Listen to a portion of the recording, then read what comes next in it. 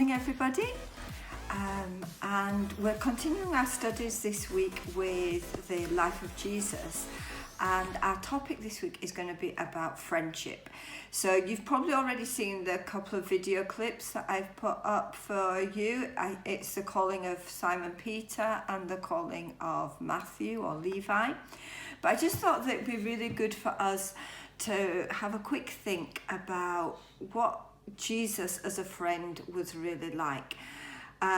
Obviously, you've got the aspect here that Jesus is calling followers. He's calling people with a job to do. He knows that he's going to be on earth for a short time.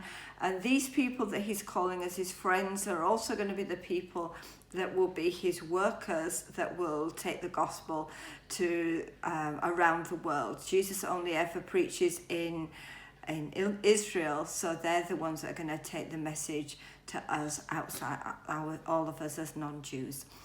But what is Jesus like as a friend? And how is he choosing friends? Now, friendship is something that's really important to all of us. I often say to you that after having a loving family, one of the things that I pray for you for is to have good friends, because I think good friends kind of makes or breaks life for all of us. Friendship is a fantastic, wonderful gift of God. So, who are these friends and what is Jesus like as a friend? Now, one of the, I just got my Bible opened here in John. John gives a little detail about Jesus and his disciples that we don't get anywhere else. And it just mentions that one day, right back at the beginning, John the Baptist is still preaching and he's got all his disciples around him. And Jesus is passing and John says, "Look, there's the Lamb of God." And two of his disciples, his friends, go, "Whoa, Jesus?" And so they go following after Jesus and say, "Hey, can we, who are you? Where are you staying?" They're just trying to get out something. And he goes, "Come and have a look." And they hang out with Jesus all day. And one of those people was Andrew. And Andrew is probably my favorite of all the disciples, because Andrew was like this super friendly person. He was forever just bringing other people to Jesus. And the first person he brings is his brother. He goes home, finds Simon. He says, "Simon, we found the Messiah." And he goes dragging Simon Peter to Jesus. And Andrew's not like one of the really famous of Jesus's disciples, but every time we see Andrew in the Bible, he's always bringing somebody to Jesus. You know the story of the feeding of the 5,000? Well, it's Andrew that brings the little boy with his 5 loaves and 2 fishes. He always seems to be out there with the people and getting to know people. I think that's why I really like Andrew so much. I think the next thing to think about, so Jesus makes himself available. He's like friendly and open to people. I think sometimes when you got a good friend or like a group of friends, or even if you're trying to be part of that key little group of people, you tend to turn your back on other people and everybody knows that you're not open for other friendships. And Jesus he was just super open for people to come and be his friend and to spend time with him. I think the other thing is that Jesus wasn't like snobby with his friends. I mean, these fishermen that he calls are not the cleverest people. They're not even the nicest people all the time. James and John were called sons of thunder because they were always arguing with each other and with everybody else. They're really judgmental of people. They're the ones that want Jesus to call down fire up from heaven to punish people.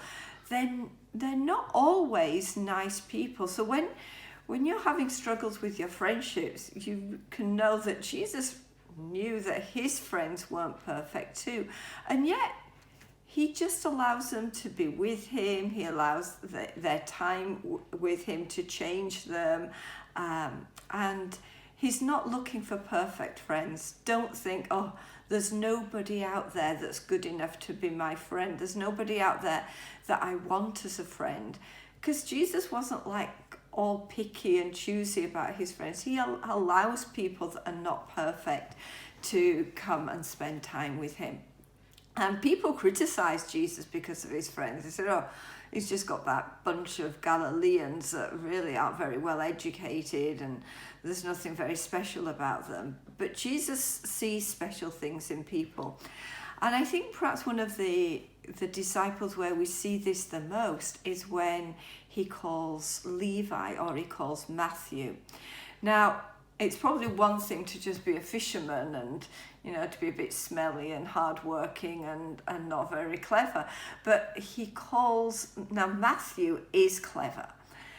He's a tax collector. That means that he's collecting taxes for the Romans, for the enemy.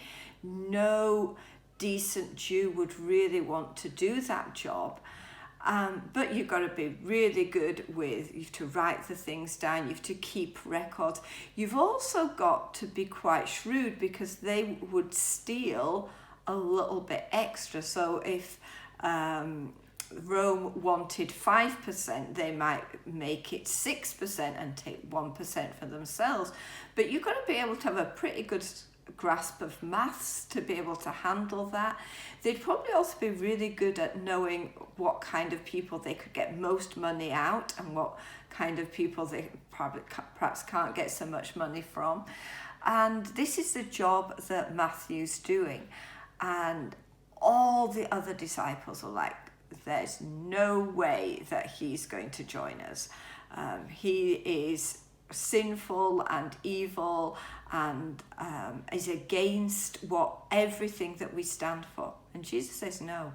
Jesus sees something in Matthew and he just walks up to him and says, follow me. And Matthew leaves everything behind.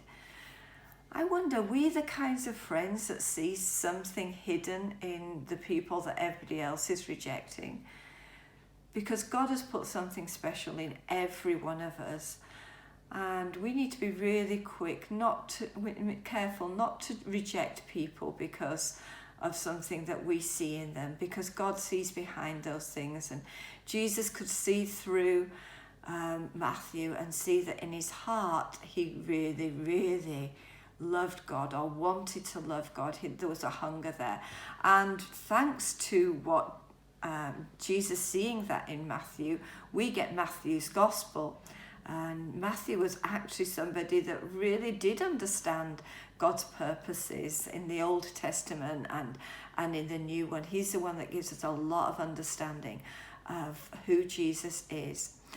And more than that, as soon as Matthew starts following, now Matthew's got a whole group of his own friends, and they were all the kinds of people that everybody else called sinners, tax collectors and sinners, they call them in the Bible. And he'd say, hey, Jesus, come along to my house. I've got a whole load of other people that want to meet you. And all the kind of nice Jews, probably the more hypocritical Jews, are like, oh, Jesus is going to spend time with all those sinners. But Jesus wanted to spend time with people, and he was happy to include in his friendship circle all Matthew's sinner friends. So just a few challenges for us today as we kind of are thinking of friendship. Be open to people. Don't be the kind of person that when other people are looking for friendship, they look at you and they say, oh, there's no way that person's going to ever be my friend. See things in people. Let God open your eyes to the things that are inside, the potential that's inside other people. Don't discount people and say, no, they're just too sinful for me. And hang in there with your friends. Jesus' friends weren't perfect. And Jesus understands when friendship gets difficult. He was betrayed. He had his friends do bad things to him. He was in a friendship group that was sometimes fighting amongst themselves. So he understands Get the strength from God also when your friendships groups get a little bit difficult. God will give you wisdom to handle it. Okay, so see you a little bit later on Zoom, and I hope you've had a really good week, and I hope you've got a really good week to come. May God bless you as you work at home or whatever you're facing in your life this week. God bless you, and bye.